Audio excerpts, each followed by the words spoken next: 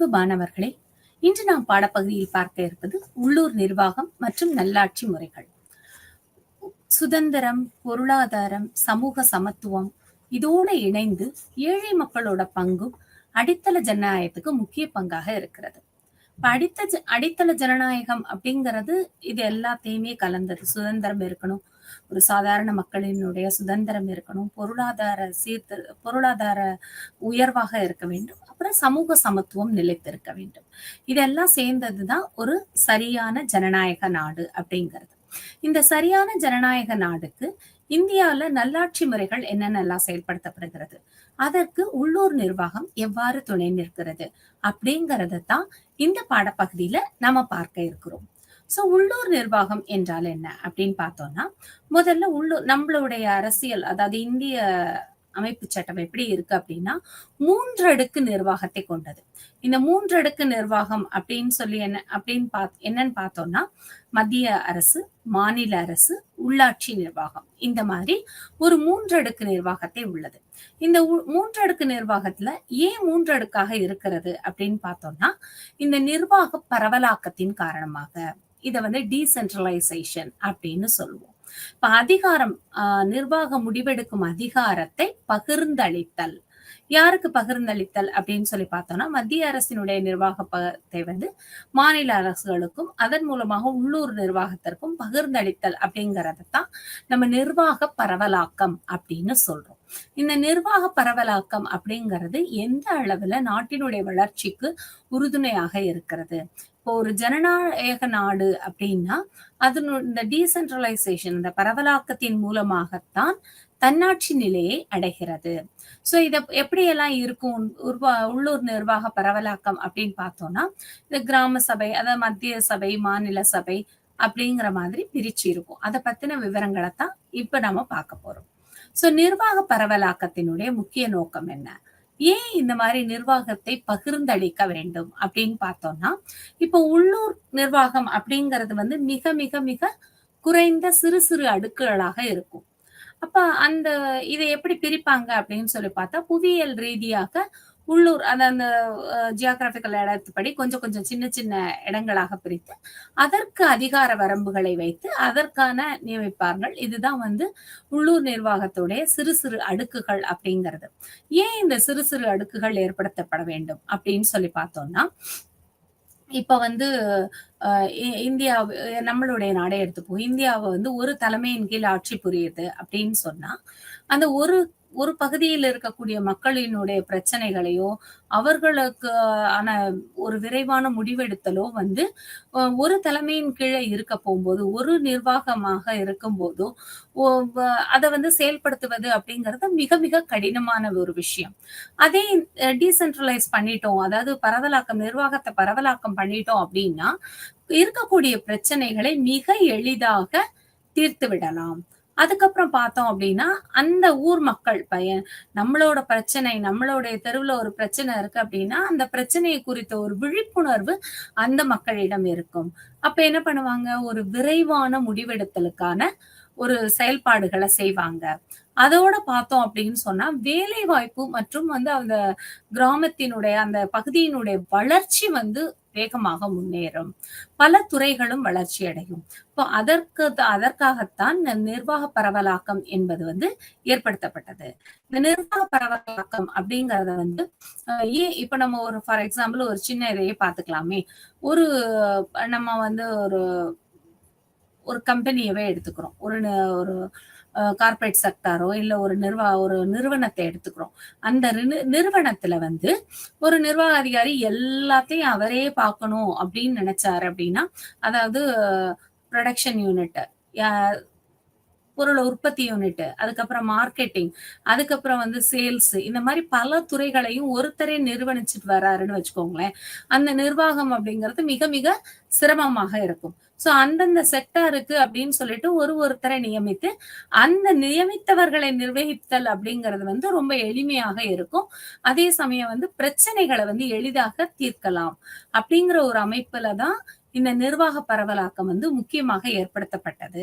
இந்த நிர்வாக பரவலாக்கம் அப்படிங்கிறத பார்த்தோம்னா, உள்ளூர் நிர்வாக பரவலாக்கம் அப்படின்னு சொல்லுவோம். இத முதல்ல வந்து யார் ஏற்படுத்தினா அப்படின்னா, ரிப்பன் பிரபு ஏற்படுத்துறாரு.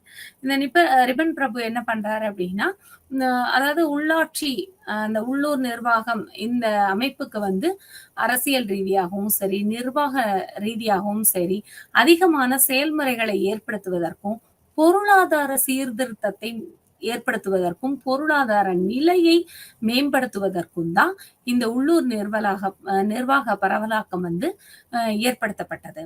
சோ இந்த உள்ளூர் நிர்வாக பரவலாக்கம் அப்படின்னு சொல்லி பார்த்தோம்னா, முதல் வந்து எளிமையான முடிவுகளை எடுக்க பயன்படுத்தப்படுகிறது.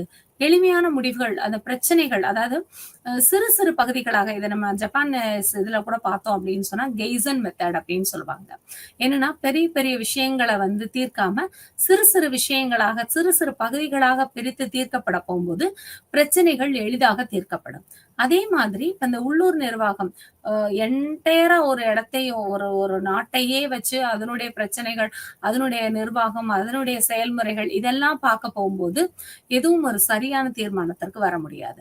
அப்ப என்ன பண்றாங்க? சிறு சிறு பகுதிகளாக பிரிச்சு, அதை நிர்வகிக்கும் பொறுப்பு தான் இந்த உள்ளூர் நிர்வாகம் அப்படிங்கிறது. இந்த உள்ளூர் நிர்வாகத்தை முதலில் ஏற்படுத்தினவர், அறிமுகப்படுத்தியவர் வந்து ரிப்பன் பிரபு 1882 அறிமுகப்படுத்துகிறார். அடுத்து பார்த்தோம் அப்படின்னா, இந்த உள்ளூர் நிர்வாகம் எந்த மாதிரி இருக்கு அப்படின்னு சொல்லி பார்த்தோம்னா, கிராமப்புறங்களுக்கு, அப்புறம் நகர்ப்புறங்களுக்கு அப்படிங்கிற மாதிரி 2 பிரிவாக இருக்கிறது. இந்த கிராமப்புறங்களுக்கு இருக்கிறது அப்படின்னு பார்த்தோம்னா, இந்த பஞ்சாயத்து ராஜ் அப்படின்னு சொல்லுவோம். இந்த பஞ்சாயத்து ராஜ் அப்படிங்கிறது வந்து ஒரு ஒரு அமைப்பு. இந்த அமைப்புல கிராமத்தினுடைய நிர்வாகம், கிராமம் எவ்வாறு மேம்படுத்தப்படலாம், அதாவது அதாவது நம்மளுடைய நாட்டை வந்து 2 பிரிவுகளாக 3 பிரிவுகளாக பிரிக்கிறாங்க. கிராமப்புறம், நகர்ப்புறம், டவுன். அதாவது கிராமமும் இல்லாம நகரமும் இல்லாம செமி அர்பனா இருக்கும் இல்லையா, அந்த மாதிரி பகுதிகள் அப்படிங்கிற மாதிரி பிரிக்கிறாங்க.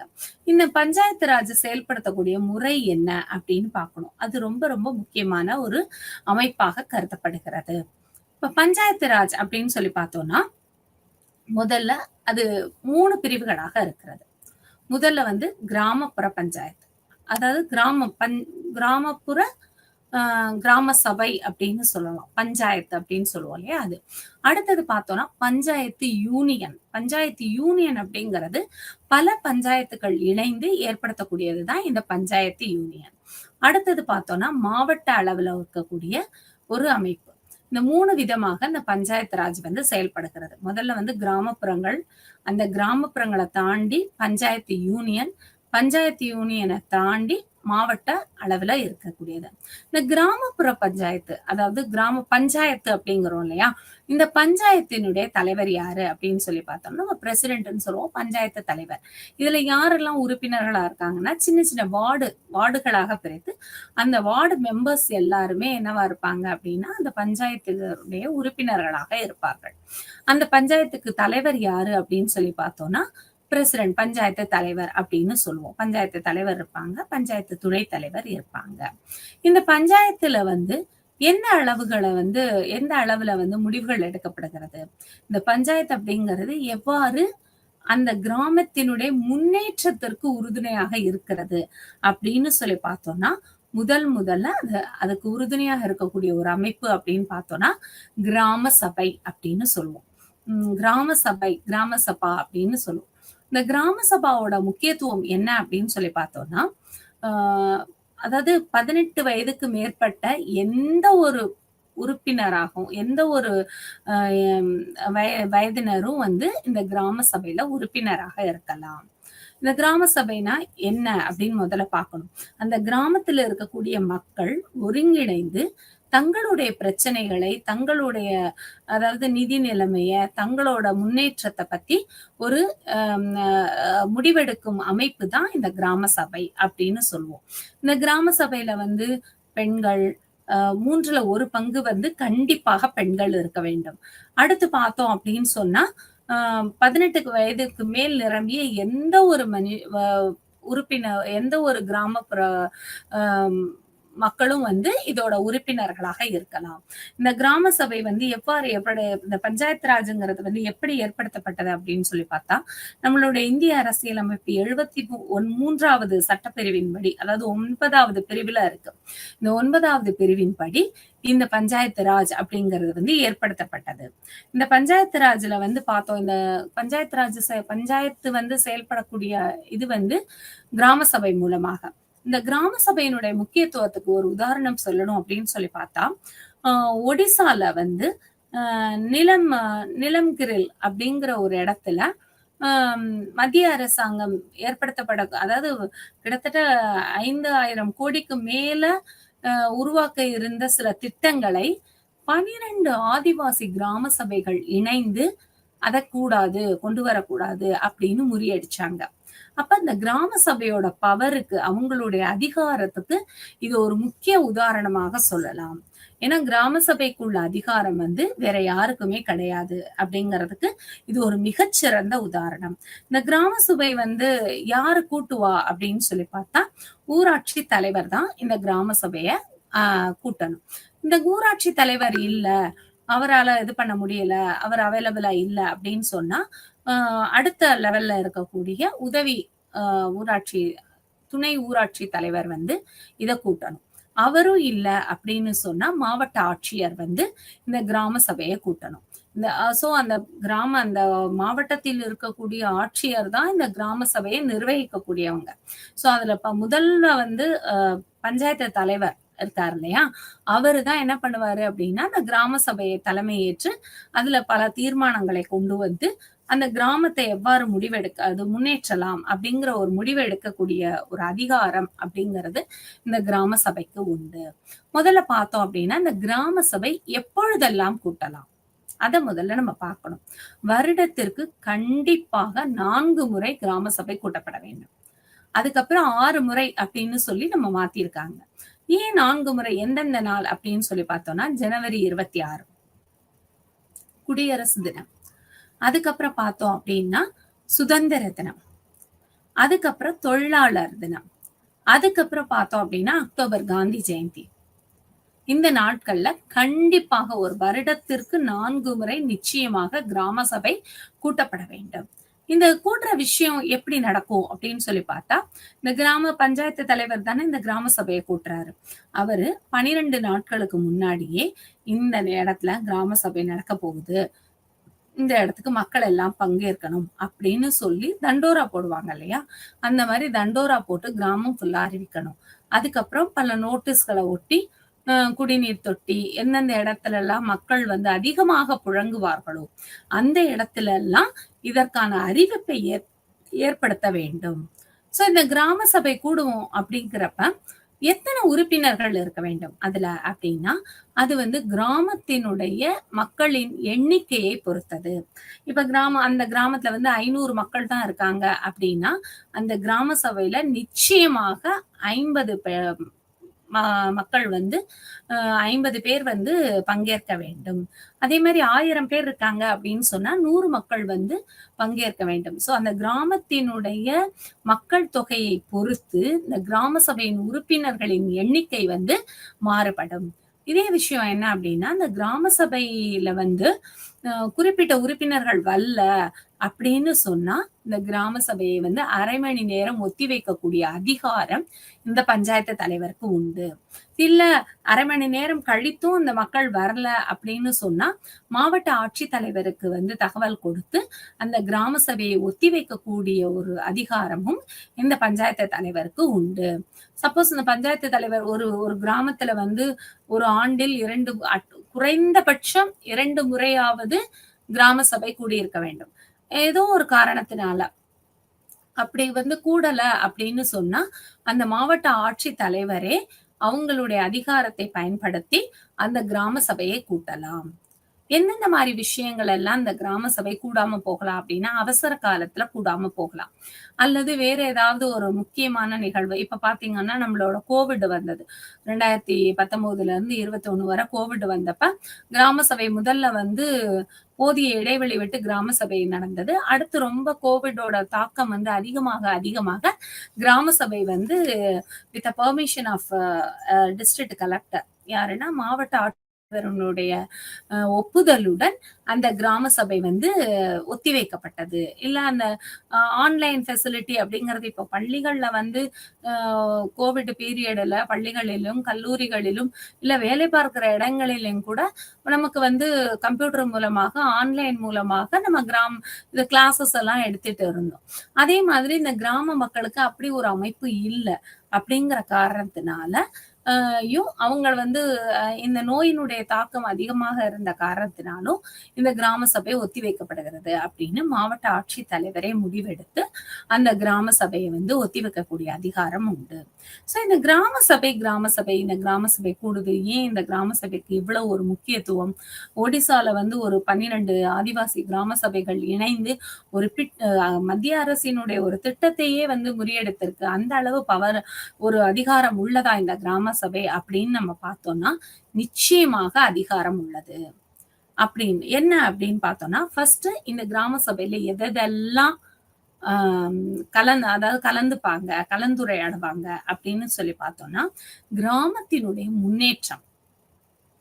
இப்ப நம்மள என்ன நினைக்கிறோம் அப்படின்னா, நான் கிராமப்புறங்களை எல்லாமே நகர்ப்புறங்களாக மாற்ற வேண்டும். நம்ம நல்ல டெவலப்மெண்ட் ஆகணும், முன்னேற்றத்தை நோக்கி அடி எடுத்து வைக்க வேண்டும் அப்படின்ற ஒரு எண்ணத்துல நிறைய ஒரு மாறுதல்களை செஞ்சுட்டே இருக்கோம். இப்போ உன்னத் பாரத் அபியான் அந்த ஸ்கீம் கூட இருக்கு. சோ இந்த மாதிரி ஏகப்பட்ட கிராமங்களை முன்னேற்றது அப்படிங்கறதுதான் முக்கிய குறிக்கோள். அதே சமயம் கிராமத்தை முன்னேற்றணும் அப்படிங்கிறதுக்காக விவசாய நிலத்தை அழித்து அந்த இடத்துல நம்ம வேற ஒரு ஃபேக்டரி கட்டுறோம், இல்ல வேற ஏதாவது அந்த இடத்த மித்த விதமாக உபயோகப்படுத்துறோம் அப்படின்னா அது கிராமத்திற்கான அறிகுறி கிடையாது. இயற்கை வளங்களை பாதுகாத்து அந்த கிராமத்தினுடைய இயற்கை வளங்களை பாதுகாக்கணும். அந்த இயற்கை வளங்களை பாதுகாப்பதற்கு எவ்வாறு தொழில்நுட்பம் உதவி செய்கிறது அப்படிங்கிறத வச்சு அந்த கிராமத்தை எந்த அளவு முன்னேற்றலாம். அந்த பசி அப்படிங்கிறது இருக்கக்கூடாது. இப்போ பார்த்தோம் அப்படின்னா மகாத்மா காந்தி ஊரக வேலை வாய்ப்பு வளர்ச்சி திட்டம் அப்படின்னு இருக்காங்க. அது பல கமெண்ட்ஸ் என்னென்னமோ போயிட்டே இருந்தது. நான் ஒரு மீட்டிங்ல இந்த பஞ்சாயத்து ராஜுக்கு தொடர்பான ஒரு மீட்டிங் நான் போயிருந்தேன். அந்த மீட்டிங்ல பேசிட்டு இருக்கும்போது இந்த ஸ்கீம்னால என்ன இருக்கு, கிராமப்புற 100 நாள் வேலை திட்டம்னு சொல்லிட்டு போறாங்க. இந்த கிராமத்துல உள்ள பெண்கள்லாம் வேலை பாக்குறாங்க, கொஞ்சம் நேரம் வேலை பார்த்துட்டு ரெஸ்ட் எடுக்கிறாங்க. இதை பெரிய பெரிய கமெண்டா நம்ம பேசிட்டே இருக்கோம். அப்ப இந்த மாதிரி பண்றாங்க, எதுக்கு இதுக்கு நம்ம ஒரு நாளைக்கு இவ்வளவு அமௌண்ட் செலவழிக்கணும் அப்படிங்கிற மாதிரி ஒரு உறுப்பினர் கேள்வி கேட்டார். அதுக்கு அந்த நிர்வாகத்துல இருந்த பஞ்சாயத்து ராஜினுடைய அதாவது எஸ்ஐஆர்டின்னு சொல்லுவோம் இல்லையா, state institute of rural development, அவங்க ஒரு சிரிச்சுட்டே ஒரு பதில் சொன்னாரு. நோ பாவர்ட்டி அப்படிங்கிறது தான் நம்மளுடைய முதல் நோக்கம். எஸ்டிஜி அதாவது சஸ்டைனபிள் டெவலப்மெண்ட் கோல் இருக்கு இல்லையா, அந்த சஸ்டைனபிள் டெவலப்மெண்ட் கோலுடைய முதல் இதுவே நோ பாவர்ட்டி. யாரும் நோ ஹங்கர் இருக்கக்கூடாது. இந்த மாதிரியான ஒரு நோக்கங்களை தான் நம்ம வச்சுக்கிட்டு இருக்கோம். அப்ப நான் உன்கிட்ட சும்மா போய் ₹1 கொடுத்து இந்த வேலையை செய்ய அப்படின்னு சொன்னேன்னா உனக்கு அந்த அது ஏதோ இலவசமா வாங்கின மாதிரியும் ஃப்ரீயா ஒரு பொருள் நமக்கு கிடைச்ச மாதிரியும் உன்னுடைய சுயத்தை இழக்கிற மாதிரியும் இருக்கும். அதனாலதான் என்ன பண்ணாங்க அப்படின்னா இந்த மகாத்மா காந்தி ரூரல் ஸ்கீமை போட்டு நீ அட்லீஸ்ட் நீ செய்யறியோ செய்யலையோ ஒரு குறிப்பிட்ட இடத்தையாவது நீ கிளீன் பண்ணு, அதுக்கு இந்த பணமா வச்சுக்கோ அப்படிங்கிற ஒரு ஆஸ்பெக்ட்ல தான் இந்த அமைப்பு ஏற்படுத்தப்பட்டது. அதனால அவங்க வேலை செய்யறாங்க செய்யலைங்கிறது முக்கியம் கிடையாது, பட் நோ ஹங்கர் அப்படிங்கிறது தான் முக்கியமான ஒரு விஷயம் அப்படின்னு சொன்னார். சொல்லும்போது அது ஒரு மிக உன்னதமான ஒரு எண்ணமாக இருந்தது. அப்ப இந்த அதாவது கிராம சபையினுடைய நோக்கம் என்ன? அந்த கிராமத்தினுடைய முன்னேற்றம் எவ்வாறு இருக்க வேண்டும் அப்படிங்கிறதுக்கு, அரசு வந்து என்ன செய்றாங்க? என்னென்ன விதத்துலலாம் வந்து இத மேம்படுத்தலாம், கிராமப்புறங்களை மேம்படுத்தலாம் அப்படிங்கிறத பார்க்குறாங்க. அதுல ஒரு அமைப்பாகத்தான் இந்த கிராம சபை வந்து கிராமத்தினுடைய முன்னேற்றத்திற்காக மிகவும் வந்து என்னது பாடுபடணும் அப்படிங்கிற ஒரு அமைப்புல தான் இந்த கிராம முன்னேற்றம் அப்படிங்கிறது வந்து முதல் விஷயமாக எடுத்துக்கொள்ளப்படுகிறது. அடுத்து பார்த்தோம் அப்படின்னா முடிவெடுத்தல். இப்ப ஒரு ஃபார் எக்ஸாம்பிள் ஒரு கிராமத்துல வந்து மிகவும் வந்து தண்ணீர் கஷ்டம் வந்து அதிகமாக இருக்குன்னு வச்சுக்குவோமே. இப்ப தண்ணீர் கஷ்டம் அதிகமா இருக்கு. கிராம சபையில அந்த தண்ணீர் கஷ்டத்த பத்தி பேசுறாங்க. இந்த மாரி ரொம்ப தண்ணி அதிகமா இல்லாம இருக்கு. அப்ப என்ன பண்ணலாம்? அ தண்ணீர் கஷ்டமாக இருக்கு. நம்ம அதுக்கு வந்து பக்கத்து இடத்துல இருந்தோ, இல்ல வேற எதுல இருந்தோ பண்ணணும் அப்படிங்கிறப்ப, இல்ல நம்ம ஒரு மோட்டர் பம்பு போடலாம். நிலத்தடி நீர வந்து எடுக்கலாம். அதன் மூலமா ஒரு டேங்க் வச்சு, அந்த டேங்க் மூலமா அந்த கிராமத்துல இந்தந்த தெருவுக்குள்ள மக்களுக்கு தண்ணீர் பகிர்ந்தளிக்கலாம். அப்படின்னு சொல்லி அவங்க பிரச்சனைக்கு ஒரு தீர்மானம் கொண்டு வர்றாங்க. இந்த தீர்மானத்தை எவ்வாறு செயல்படுத்துவது? அப்ப கிராமத்துக்கு அந்த பஞ்சாயத்துக்குன்னு பொதுவா உள்ள இடத்துல நம்ம வந்து போர் போடலாம். நிலத்தடி நீரை எடுக்கலாம். அந்த இடத்துல ஒரு டேங்க் வைக்கலாம். இதுக்கான செலவுகள் என்னென்ன? இந்த செலவுகள வந்து எவ்வாறு நம்ம வந்து சரி செய்யலாம்? எந்த ப ப ஃபண்டுல இருந்து எந்த நிதியிலிருந்து இந்த பணத்த வந்து நம்ம எடுக்கலாம்? அப்படிங்கிற மாதிரியான ஒரு முக்கிய முடிவெடுத்தல்கள் எல்லாமே இந்த கிராம சபையில நடக்கும். அடுத்து பார்த்தோம் அப்படின்னா, வெளிப்படையான எண்ணம். எல்லாமே டிரான்ஸ்பரண்டான ஒரு விஷயமாக இருக்கும் கிராம சபையில. ஏன் அப்டின்னா, இந்த ஒரு குறுகிய வட்டம். அந்த அந்த கிராமத்துல இருக்கக்கூடிய ஒரு 500 மக்கள். அந்த 500 மக்களுடைய பிரதிநிதியாக 50 மக்கள் வருகிறார்கள். இந்த 50 மக்களையும் வந்து ஒன்றிணைத்து பேச வைத்து எல்லாம் பண்றது செயல் அலுவலர் இருப்பாரு.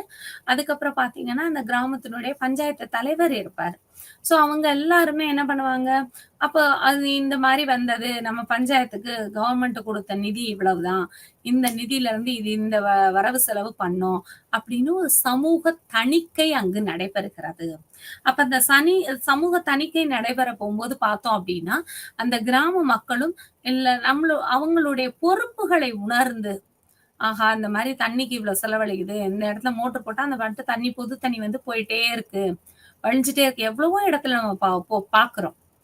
ஸோ, அந்த மாதிரியான ஒரு முடிவெடுத்தல், அதுக்கப்புறம் அந்த சமூக தணிக்கை, இது எல்லாமே அந்த கிராமத்துல வந்து நடக்கும். அடுத்து பார்த்தோம் அப்டின்னா, நிதியை பெருக்குதல். எவ்வாறு நிதியை பெருக்கலாம்? ஒரு ஒரு பஞ்சாயத்துக்கு வந்து நிதி அப்டிங்கிறது எந்த வகையில கிடைக்குது? வரி வசூல் பண்றது மூலமா. அதுக்கப்புறம் அங்க ஏதாவது ஒரு தொழில் நிறுவனங்கள் இருக்கு அப்டின்னு சொன்னா, அந்த தொழில் நிறுவனங்கள் கட்டக்கூடிய வரியின் மூலமாக இந்த பஞ்சாயத்துக்கு வந்து வருமானம் வருகிறது. அத வச்சு தான் நெறைய கிராமப்புறங்கள்லயும், அவுட்டோர் சிட்டீஸ்லயும் சிப்காட், சிட்கோ அந்த மாதிரி விஷயங்கள்லாம் கொண்டு வந்து, இந்த கிராமப்புற மக்களினுடைய வேலை வாய்ப்பையும் உறுதி செய்து, அவர்களுடைய முன்னேற்றத்தையும் வழிவகை செய்து, பல முடிவுகள் எடுக்கப்பட்டது. ஸோ, அப்ப அந்த பஞ்சாயத்து ராஜ் அப்படிங்கிறது என்னன்னு பார்த்தோம்னா, அந்த கிராம சபை மூலமாகத்தான் மிக, மிக முக்கியமாக செயல்படுகிறது. இந்த கிராம சபையில வந்து என்னென்ன விஷயங்கள்லாம் பேசணும் அப்படின்னு சொல்லிட்டு, ஒரு 3 அடுக்குகளாக பிரிச்சுக்குவாங்க. என்ன அப்படின்னா, கட்டாய விவாத பொருள். இந்த விஷயங்கள கண்டிப்பா நம்ம வந்து கலந்துரையாடியே ஆகணும் அப்படின்னு ஒரு முடிவெடுப்பாங்க. அடுத்து பார்த்தோம் அப்படின்னா, கூடுதல் விவாத பொருள். இந்த கட்டாயத்த தவிர வேற ஏதாவது ஒரு அ விஷயங்கள வந்து நம்ம வந்து பேசணுமா? அதற்கான முடிவுகள எடுக்கணுமா? அப்படின்னு சொல்லி அத ஒரு முடிவ எடுப்பாங்க. அதுக்கப்புறம் 3வது விஷயமாக வந்து பேசப்படுவது யாது அப்படின்னு பார்த்தோம்னா, நிதி நிலைமை. அந்த கிராமத்தினுடைய நிதி எவ்வாறு இருக்கிறது? அந்த நிதியை பெருக்குறதுக்கு என்ன பண்ணலாம்? அப்படிங்கிற விஷயங்கள வந்து பேசி முடிவெடுப்பாங்க. ஸோ அந்த கிராம சபை அப்படிங்கிறது வந்து, இதுல வந்து 3ல் 1 பங்கு வந்து நிச்சயமாக பெண்கள் இருக்க வேண்டும். சரியா? ஸோ இப்ப இந்த கிராம சபை அப்படிங்கிறதோட முக்கியத்துவத்த இன்னொரு ஒரு இது மூலமா சொல்லலாம். ராமநாதபுரம் மாவட்டம், அதாவது தமிழ்நாட்டுல வந்து ராமநாதபுரம் மாவட்டத்துல பார்த்தீங்க அப்படின்னு சொன்னா, ஒரு பறவைகள் சரணாலயம். அந்த ஊர் பேர் எனக்கு சரியா நினைவில இல்ல. ஸோ அங்க வந்து ஒரு பறவைகள் இயற்கையாக அமைந்தக்கூடிய ஒரு பறவைகள் சரணாலயம் இருக்கு. அந்த பறவைகள் சரணாலயத்தை வந்து பாதுகாக்கணும் அப்படிங்கிறதுக்காக அந்த கிராம சபையில என்ன தீர்மானம் பண்ணாங்க அப்படின்னா, இந்த கிராம சபை இந்த சபையில வந்து முக்கியமா இந்த நம்மளுடைய கிராமத்தினுடைய வளர்ச்சியே வந்து பார்த்தீங்க அப்படின்னா, இந்த பறவைகள் சரணாலயம் தான். இந்த பறவைகள் வந்து நம்ம வெடி போடுறதுனாலயோ, இல்ல வேற ஏதாவது ஒரு ச சத்தங்கள் எழுப்புவதனாலயோ வந்து என்ன ஆயிருது அப்படின்னு சொன்னா, பறவைகள் வந்து வர்றதில்ல. அப்ப அந்த பறவைகள் சரணாலயத்த பாதுகாக்கணும் அப்படின்னு சொன்னா, இனிமே இந்த கிராமத்துல யாரும் வெடி போடக்கூடாது. அப்படிங்கிற மாதிரி ஒரு முடிவெடுத்தாங்க. ஸோ ஏன் அப்படின்னு சொன்னா, பொதுவாவே நகர்ப்புறத்துல இருக்கவங்களுக்கு அது தெரிந்திருக்க வாய்ப்பில்ல.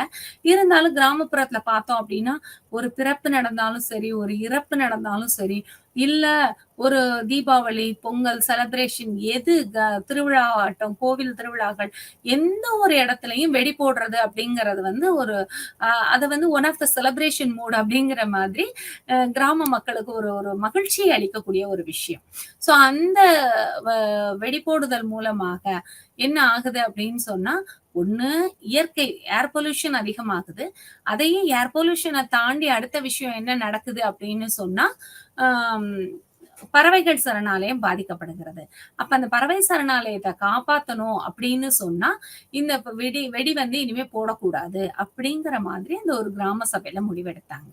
சோ அது வந்து எவ்வளவு ஒரு வரவேற்கத்தக்க ஒரு விஷயம்.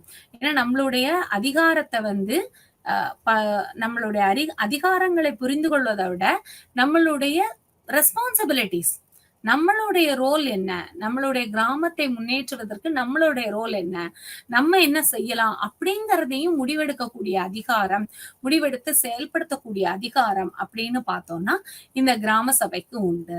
அப்ப இந்த கிராம சபை அதே மாதிரி இன்னும் ஒரு ஊர்ல என்ன பண்ணாங்க அப்படின்னு சொன்னா, இதுவும் ராமநாதபுரம் மாவட்டம். ஆஸ்பிரேஷனல் டிஸ்ட்ரிக்ட் அப்படின்னு சொல்லிட்டு நம்ம ராமநாதபுரம், விருதுநகர் மாவட்டத்த தான் நம்ம தமிழ்நாட்டுல சொல்லுவோம். ஆனா அங்க பார்த்தீங்க அப்படின்னு சொன்னா, பல நல்ல விஷயங்கள் இருக்கு. அ பொதுவாக வந்து இந்த பஞ்சாயத்து ராஜ் இன்ஸ்டிடியூஷன் அதாவது state institute of rural development இருக்கு இல்லையா? அதன் மூலமாக நாங்க வந்து அ ஒரு ரிசர்ச் பண்ணோம். ஒரு ஸ்டடி பண்ணோம். என்ன அப்படின்னு சொன்னா, அ ராமநாதபுரம், அப்புறம் விருதுநகர் 2 மாவட்டத்திலயும் இந்த ஒருங்கிணைப்பு திட்டத்த வச்சு ஒரு பஞ்சாயத்து ராஜ் வந்து ஒரு ட்ரெய்னிங் குடுக்குறாங்க. எது அப்படின்னா, செல்ஃப் ஹெல்ப் குரூப். சுய உதவி குழு பெண்களுக்கும், இந்த பஞ்சாயத்து ராஜும் எந்த மாதிரி கன்வர்ஸ் பண்ணலாம்? எந்த மாதிரி ஒருங்கிணைந்து அந்த கிராமத்த முன்னேற்றலாம்? அப்படிங்கிற மாதிரி பல திட்டங்களுக்கு வந்து அ ஒரு ட்ரெய்னிங் குடுக்குறாங்க. அந்த ட்ரெய்னிங்கோட இம்பாக்ட் எந்த அளவுல இருக்கு இந்த 2 கிராமங்களில் 2 மாவட்டத்திலும் அப்படின்னு சொல்லிட்டு 2019ல இந்த மகளிரியல் துறை அன்னை தெரசா மகளிர் பல்கலைக்கழகத்துல நாங்க போய் ஒரு அந்த எவாலுவேஷன் ஸ்டடி பண்ணோம். அந்த ஸ்டடில தான் இந்த விஷயங்கள்லாம் தெரிஞ்சது. இன்னொரு ஒரு கிராமத்துல ராமநாதபுரம் மாவட்டத்திலே தான் என்ன ஒரு விஷயம் நல்ல ஒரு விஷயம் அப்படின்னா, அங்க வந்து தண்ணி இல்ல. அதாவது ராம்நாத் டிஸ்ட்ரிக்ட் அப்படின்னு சொன்னாலே அங்க வந்து தண்ணிக்கு வந்து மிகப்பெரிய பஞ்சம். அப்ப தண்ணி இல்ல அந்த கிராமத்துல அப்படின்னா, அந்த கிராம சபையில முடிவெடுத்து, இந்த சுய உதவி குழு பெண்களுடன் இணைந்து, அவங்களே சொந்தமாக ஆழ் கிணறு தோண்டி, அந்த கிணற்றின் மூலமாக தண்ணி வர்ற மாதிரி பண்ணியிருக்காங்க. எந்த ஒரு நிதியையும் உபயோகப்படுத்தாமல், செல்ஃப் ஹெல்ப் குரூப் மக்களே சேர்ந்து தாங்களே வந்து அ தண்ணிய எடுக்கிறதுக்கு ஆ ஆழ் கிணறு தோண்டி, அதன் மூலமாக தண்ணீர் வந்து அவர்களுக்கு ஏற்படுத்தப்பட்டுள்ளது. இது ஒரு வரவேற்கத்தக்க ஒரு விஷயம். ஏன்னா, எப்பவுமே நம்ம வந்து நமக்கு என்ன வரும் அப்படின்னு தான் நம்ம பார்ப்போமே ஒழிய, நம்மளுடைய ரெஸ்பான்சிபிலிட்டி என்ன? நம்ம என்ன செய்யணும் அதுல? அப்படிங்கிறதுக்கெல்லாம் இது வந்து ஒரு மிகச்சிறந்த உதாரணம். அதே மாதிரி பார்த்தோம் அப்படின்னா, சில விருதுநகர் மாவட்டத்துல என்ன அப்படின்னா, சில கிராமப்புற பஞ்சாயத்துல வந்து வரி வசூல் செய்யறத வந்து சுய உதவி குழு பெண்களே இறங்கி களத்துல இறங்கி ஏன்னா அந்த பஞ்சாயத்துல வந்து அத வரி வசூல் செஞ்சு குடுக்கறதுக்கு ஆள் இல்ல அப்படிங்கறதுனால அவர்களே முன்னாடி இறங்கி அவங்க என்ன பண்றாங்க அப்படின்னா சுய உதவி குழுக்கள் பெண்கள் வந்து வரி வசூல் பண்ணி பஞ்சாயத்து தலைவர்கிட்ட கட்டுறாங்க. அதே மாதிரி ஓப்பன் டெஃபெகேஷன வந்து கண்ட்ரோல் பண்றதுல இந்த பெண்கள் வந்து இணைஞ்சு வெளியில போம்போது, அதாவது ஓப்பன் டெஃபெகேஷன் நடக்கும்போது விசில் அடிச்சு அவங்கள அலர்ட் பண்றது. அதுக்கப்புறம் கொசு வராமல தடுக்கிறதுக்கு நொச்சி மரங்கள்லாம் இருக்கு இல்லையா? அந்த நொச்சி மரங்கள வந்து எ பை இது பண்ணோம் அப்படின்னா, நடவு செய்தோம் அப்படின்னு சொன்னா கொசுக்கள் வராது. அப்புறம் பள்ளிகள போய் பார்க்கறது. இந்த மாதிரி சின்ன சின்ன விஷயங்கள். பள்ளிகள்ல வந்து சானிடேஷன் பத்தி குழந்தைகளுக்கு சொல்றது. அப்புறம் மாதவிடாய் ஒரு பத்தின ஒரு அவேர்னஸ வந்து குழந்தைகளுக்கு குடுப்பது. இது எல்லாமே வந்து என்ன பண்றாங்க அப்படின்னா, இந்த கிராம சபையின் மூலமாக தீர்மானம் ஏற்படுத்தப்பட்டு, இதெல்லாம் வந்து low cost, no cost activities அப்படின்னு சொல்லுவோம். ஸோ அந்த மாதிரி ஆக்டிவிட்டீஸ இந்த சுய உதவி குழுக்கள் பெண்கள் இறங்கி செயல்படுத்துறாங்க. அப்ப இந்த கிராம சபையுடைய இதெல்லாம் எதுக்கு சொல்ல வர்றோம் அப்படின்னா, இந்த கிராம சபை எந்த அளவு அதிகாரம் உடையதோ, இப்போ ஒடிசால வந்து ஒரு மத்திய அரசினுடைய ஒரு திட்டத்தை முறியடிக்கக்கூடிய அதிகாரம் அவங்களுக்கு இருக்க மாதிரி, நம்மளுடைய ரெஸ்பான்சிபிலிட்டீஸ் என்ன? நம்ம என்ன செய்யணும்? இந்த கிராம சபை கூடுனா நம்ம என்ன செய்யணும்? கண்டிப்பாக அதுல வந்து பெண்களுடைய பங்கு இருக்கணும். அதுல எந்த ஒரு ஒதுக்கீடும் இருக்கக்கூடாது. எல்லா தரப்பட்ட மக்களும், தலித்துகள், அப்புறம் வந்து ஆதிவாசிகள், விதவை பெண்கள், இவங்க எல்லாருமே அதுல பங்கெடுத்துக்கணும். ஏன் பங்கெடுத்துக்கணும் அப்படின்னு சொன்னா, அந்த லோக்கல்ல உள்ள மக்களுக்கு, உள்ளூர்ல உள்ள மக்களுக்கு தான் உள்ளூர் மக்களுடைய பிரச்சனைகள் தெரியும். அப்ப அந்த பிரச்சனைகள எந்த அளவுல முறியடிக்கலாம்? எந்த அளவுல அத திறம்பட செயல்படுத்தலாம்?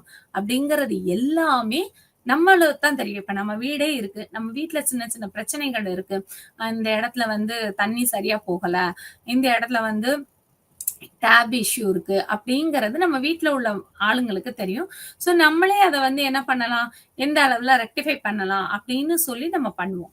இந்த சேம் முறையில தான், அதே முறையில தான் ஒரு கிராமத்தினுடைய பிரச்சனைகள் என்னென்ன அப்படிங்கிறது ஒன்றிணைந்து ஒண்ணா ஒரு நிர்வாகம் பண்ணி எங்கேயோ இருக்க ஆளுக்கு தெரியறத விட, அந்த கிராமத்துல இருக்கக்கூடிய மக்களுக்கு தெரியும். அதையும் தாண்டி பார்த்தோம் அப்படின்னு சொன்னா, முடிவெடுத்தல் அப்படிங்கிறது ரொம்ப சீக்கிரமான ஒரு விஷயமா இருக்கும். இதுல வந்து பங்கேற்பு கலாச்சாரம் அதத்தான் சொன்னேன். யாரு பங்கேற்கணும்? நீ தான் பங்கேற்கணும், நான் தான் பங்கேற்கணும் அப்படிங்கிற எந்த ஒரு ரெஸ்ட்ரிக்ஷனும் கிடையாது. ஒரு வளர்ச்சி அப்படிங்கிறது என்ன? ஒரு சமூக பொருளாதாரம் நல்லா இருக்கணும். அதுக்கப்புறம் பார்த்தோம் அப்படின்னு சொன்னா, வேலைவாய்ப்பு அதிகமாக இருக்க வேண்டும். அப்புறம் ஹெல்த் நல்லா இருக்கணும். இல்லையா? ஸோ கல்வி, வேலைவாய்ப்பு, நம்மளுடைய ஆரோக்கியம், உடல் ஆரோக்கியம், அதுக்கப்புறம் பொருளாதார நிலை, அப்புறம் வந்து ஈக்வாலிட்டி, சம உரிமை. இது 4 செக்டார்லயும் உள்ள எல்லா ஆளுங்களுமே இந்த கிராம சபையில வந்து கலந்துக்கணும். அப்ப அந்த கிராம சபைய வந்து எப்படி அந்த கிராம சபை நடந்துகிட்டு இருக்கு? யாரோ ஒரு 50 பேர் வந்தாங்க, அப்படி டிஸ்கஸ் பண்ணாங்க, போனாங்க அப்படின்னு இல்லாம, அந்த கிராம சபை நடைபெறுவதை பார்வையிடுவதற்குன்னே ஒரு இடம் வந்து இருக்க வேண்டும். ஸோ அத வந்து அதுக்கு தகுந்த மாரி ஒவ்வொரு இடத்துலயும் இந்த பஞ்சாயத்து தலைவர் வந்து ஒரு ஒரு இதுலயும் மாத்திக்கக்கூடிய அதிகாரம் அப்படிங்கிறது இந்த பஞ்சாயத்து தலைவருக்கு உண்டு. ஸோ நம்ம இப்ப வந்து என்னென்னலாம் பார்த்திருக்கோம் அப்படின்னா, ஒரு பஞ்சாயத்து ராஜ் வந்து எவ்வாறு செயல்படுகிறது? இதுல கிராம சபையினுடைய ரோல் அண்ட் ரெஸ்பான்சிபிலிட்டி. கிராம சபை வந்து எந்த அளவு அதிகாரம் உள்ளது? எந்த அளவு கிராமத்தினுடைய மக்களுக்கு இது ஏன் இந்த கிராம சபையில என்ன ஆகும் அப்படின்னா, என்னோட ரோல் என்ன? நான் என்ன செய்யணும் என்னோட கிராமத்துக்காக? அப்படின்னு ஒரு ஒரு ஒரு ஆர்வத்தை தூண்டுவதற்காக ஒரு முக்கிய பங்காக இந்த கிராம சபை இருக்கிறது. ஸோ அடுத்து பார்த்தோம் அப்படின்னு சொன்னா, நகர்ப்புற உள்ளாட்சி. இந்த நகர்ப்புற உள்ளாட்சி இப்ப கிராமத்த பத்தி பார்த்தோம். நம்ம உள்ளாட்சி அப்படிங்கிறது வந்து நம்மளுடைய ஆட்சி அப்படிங்கிறது 3 அடுக்காக இருக்குன்னு பார்த்தோம். முதல்ல வந்து மத்திய அரசு, அடுத்து பார்த்தோம்னா மாநில அரசு, அடுத்து அந்த உள்ளாட்சி அப்படின்னு பார்த்தோம். இந்த உள்ளாட்சியத்தான் நம்ம வந்து 2 பிரிவாக பிரிக்கிறோம். ஒண்ணு என்ன அப்படின்னு சொல்லி பார்த்தோம்னா, இது அதாவது உள்ளாட்சிய வந்து கிராமப்புற உள்ளாட்சி, நகர்ப்புற உள்ளாட்சி அப்படின்னு பிரிச்சோம். இந்த கிராமப்புற உள்ளாட்சிய வந்து கிராம பஞ்சாயத்துன்னு பிரிச்சோம். யூனியன் பஞ்சாயத்து யூனியன்னு பிரிச்சோம். மாவட்ட ஆட்சி அப்படின்னு பிரிச்சோம். இந்த பஞ்சாயத்து அப்படிங்கிறது கிராம சபை மூலமா தீர்மானிக்கப்படுகிறது. பஞ்சாயத்து யூனியன் அப்படிங்கிறது சில கிராம சபைகள், அதாவது கிராம பஞ்சாயத்துகள் இணைந்து உருவாக்கப்படுகிறது அந்த பஞ்சாயத்து யூனியன் அப்படிங்கிறது. மாவட்ட ஆட்சி அப்படிங்கிறது தேர்ந்தெடுக்கப்பட்ட உறுப்பினர்களாக நடத்தப்படக்கூடிய ஒரு ஆட்சி அப்படிங்கிறது மாவட்ட ஆட்சி. ஸோ இந்த சேம் மேனர் நகர்ப்புற உள்ளாட்சி அப்படிங்கிறது எப்படி இருக்கு அப்படின்னு சொல்லி பார்த்தோம்னா, டவுன் பஞ்சாயத்துன்னு இருக்கு, முனிசிபாலிட்டின்னு இருக்கு, முனிசிபாலிட்டி கார்ப்பரேஷன் அப்படின்னு இருக்கு. ஸோ அப்ப இதெல்லாம் நம்ம என்ன பண்ணுவோம்? அத எப்படி நம்ம பஞ்சாயத்து ராஜ்ன்னு சொல்றோமோ, இத வந்து என்ன சொல்றோம் அப்படின்னா, நகர்பாலிகா அப்படின்னு சொல்றோம். நகர்பாலிகா அப்படிங்கிற ஒரு அமைப்புல தான் இந்த டவுன் பஞ்சாயத்து இருக்கு. அது பேரூராட்சி அப்படின்னு சொல்லுவோம் இல்லையா? இந்த பேரூராட்சி இருக்கு. அதுக்கப்புறம் முனிசிபாலிட்டி இருக்கு. நகராட்சி இருக்கு. இது மாநகராட்சி இருக்கு. முனிசிபல் கார்ப்பரேஷன் அப்படின்னு சொல்லுவோம். ஸோ இந்த நகர்ப்புற டவுன் ஃபர்ஸ்ட் நம்ம பார்த்தோம் அப்படின்னு சொன்னா, டவுன் பஞ்சாயத்து பேரூராட்சி அப்படிங்கிறது இந்த ஊராட்சி அமைப்புகள் இருக்கு இல்லையா? அந்த ஊராட்சியை விட மக்கள் தொகை அதிகமாகவும், ஒரு பெரிய நிலப்பரப்பை நான் ஆல்ரெடி சொன்னேன். புவியியல் குறி சார்ந்த ஒரு அமைப்பாக விரிப்படுத்தக்கூடியது தான் இந்த நம்மளுடைய பிரிவு சின்ன சின்ன அடுக்குகளாக இருக்கு அப்படின்னு சொன்னோம். ஸோ இதுல என்ன அப்படின்னா, டவுன் பஞ்சாயத்துல அப்படின்னா, பல பஞ்சாயத்துக்கள். அதாவது கொஞ்சம் ஒரு பெரிய அமைப்புல இருக்கக்கூடிய ஒரு இது. கிராமமும் இல்லாம, நகரமும் இல்லாம, செமி அர்பனா இருப்பாங்க இல்லையா? டவுன்னு சொல்லுவோம் இல்லையா? அந்த மாதிரி ஒரு அமைப்புல உள்ளது தான் இந்த டவுன் பஞ்சாயத்து. இந்த டவுன் பஞ்சாயத்த யாரு நிர்வகிப்பா அப்படின்னு சொல்லி பார்த்தோம்னா, சேர்பர்சன் அதாவது சாரி பஞ்சாயத்து பிரசிடென்ட்ன்னு இருப்பாரு. பிரசிடென்ட் இருப்பாரு. அவருக்கு கீழ இத வந்து அரசு மூலமாக எப்படி பார்ப்பாங்க அப்படின்னு சொன்னா, இஓ செயல் அலுவலர் அப்படின்னு ஒருத்தர போடுவாங்க. இந்த கவுன்சிலர்ஸ் எல்லாருமே சேர்ந்து ஒவ்வொரு பகுதிக்கும் ஒரு கவுன்சிலர் இருப்பாங்க. அந்த கவுன்சிலர்ஸ் எல்லாருமே சேர்ந்து திட்டங்கள செயல்படுத்துவாங்க. எவ்வாறு கிராமத்த முன்னேற்றுவதற்கு திட்டங்கள் வழிவகுத்து, நம்ம கிராமத்த எப்படியெல்லாம் முன்னேற்றலாம் அப்படின்னு சொல்லி செயல்படுத்துறோமோ, அதே மாதிரி அங்க உள்ள மக்களுடைய இதுல வந்து எப்படின்னா, தேர்ந்தெடுக்கப்பட்ட மக்கள் மட்டும் தான் இது பண்ண முடியும். கிராம சபையில வந்து எந்த ஒரு 18 வயது நிரம்பியவரும் உள்ள போயி, இப்படிதான், அப்படிதான் அப்படின்னு பேசக்கூடிய ஒரு அதிகாரம் வந்து இருக்கு. ஆனா, இங்க வந்து நகர்ப்புற உள்ளாட்சியில பார்த்தோம் அப்படின்னா, அந்த அதிகாரம் கிடையாது. தேர்ந்தெடுக்கப்பட்ட மக்கள் மட்டும் தான் அத பண்ண முடியும். அதுல பார்த்தோம்னா, டவுன் பஞ்சாயத்த பத்தி தான் நம்ம பேசிட்டு இருக்கோம். அந்த டவுன் பஞ்சாயத்துல ஒரு தீர்மானம் ஏற்படுத்தப்பட்டு, அதாவது கடைகள வரி வசூல் இதுவும் வந்து வரி வசூல் மூலமாகத்தான் இதுக்கு வந்து நிதி நிலைமை வந்து கிடைக்குது. அதுக்கு நம்ம கிராமத்துல எப்படி வரி வசூல் பண்றதுக்கு ஆள் இல்ல, ஒரு பஞ்சாயத்துல இல்ல அப்படின்னா, அந்த மக்கள் எப்படி இறங்கி வரி வசூல் பண்றாங்கன்னு சொன்னோம் இல்லையா? ஆனா இங்க வந்து அந்த மாதிரி பண்ண முடியாது. அதற்கெனவே ஒரு தனிப்பட்ட ஒருத்தர வந்து அவங்க வந்து நியமிச்சிருப்பாங்க. சோ அந்த மாரி வரி வசூல் பண்ணி, அந்த நிதிநிலையை ஒருங்கிணைச்சு, அந்த டவுன் பஞ்சாயத்து செயல்படுவதற்கு அந்த நிதிநிலையை எவ்வாறு பயன்படுத்தலாம்? அப்படிங்கிற மாதிரி ஒரு திட்டமிடல் அமைப்பு அப்படிங்கிறது இருக்கும் டவுன் பஞ்சாயத்துல. அப்ப அங்க யாரு ஒரு முடிவெடுத்தல் அதிகாரம் அப்படிங்கிறது பிரச்சனைகள இதே மாரிதான் கட்டாயமான ஒரு விவாத பொருள் பேசுவாங்க. அதிக அதிக அதாவது அடிஷனலா என்னென்னலாம் பேசலாம். கட்டாயத்த தவிர என்னென்ன விஷயங்கள் எல்லாம் இந்த மீட்டிங்ல வந்து நம்ம டிஸ்கஸ் பண்ணலாம். அப்படிங்கிற மாரி கவுன்சிலர் மீட்டிங் சொல்லுவாங்க இல்லையா? கவுன்சில் கூடுது அப்படின்னு சொல்லுவாங்க. சோ அந்த மாதிரியான அமைப்புகள வந்து அங்க பயன்படுத்தலாம்.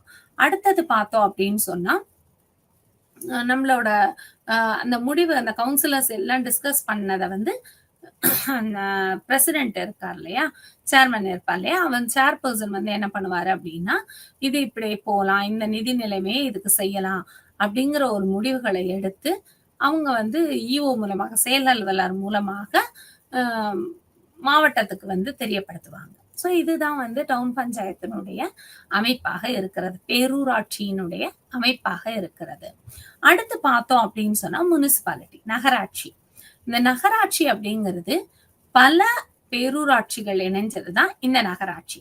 இங்கேயும் தேர்ந்தெடுக்கப்பட்டவர்கள் மட்டுமே வந்து பேச முடியும். அவர்களுக்கான ஒரு மீட்டிங் தான் இருக்கும் இங்க அப்படின்னு சொல்லி பார்க்கலாம்.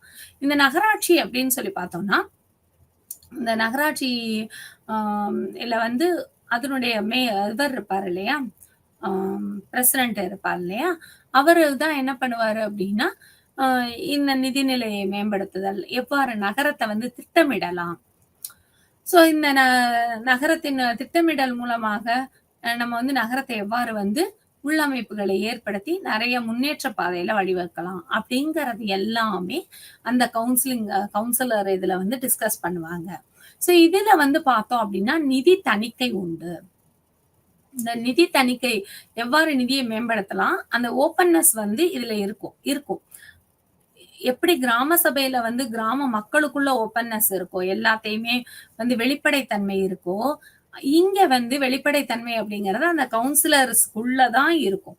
அந்த அவங்களுக்குள்ள மட்டும் தான் அந்த வெளிப்படைத்தன்மை இருக்கும். அத சாதாரண மக்கள் வந்து தெரியப்படுத்துவதற்கு பல அமைப்புகள் இருக்கு. அதெல்லாம் அடுத்தடுத்து நம்ம இப்ப பார்க்க போறோம். சாதாரண ஒரு மனிதர் வந்து எவ்வாறு அந்த வெளிப்படைத்தன்மைய வந்து இது பண்ணிக்கலாம் அப்படிங்கிறதெல்லாம் நம்ம ஆர்டிஐ அத பத்தியெல்லாம் அடுத்தடுத்து நம்ம பார்க்க போறோம். ஸோ அந்த நிதி தணிக்கை அப்படிங்கிறது வந்து ஒவ்வொரு ஆண்டும் நம்ம இயர் எண்டிங்ன்னு சொல்லுவோம் இல்லையா? அந்த ஆண்டு முடிவடையும் தருவாயில ஒவ்வொரு ஆண்டும் அந்த ஆடிட்டிங் வந்து நடக்கும். நடந்து அந்த எவ்வாறு முன்னேற்றலாம் அப்படிங்கிறது நடக்கும்.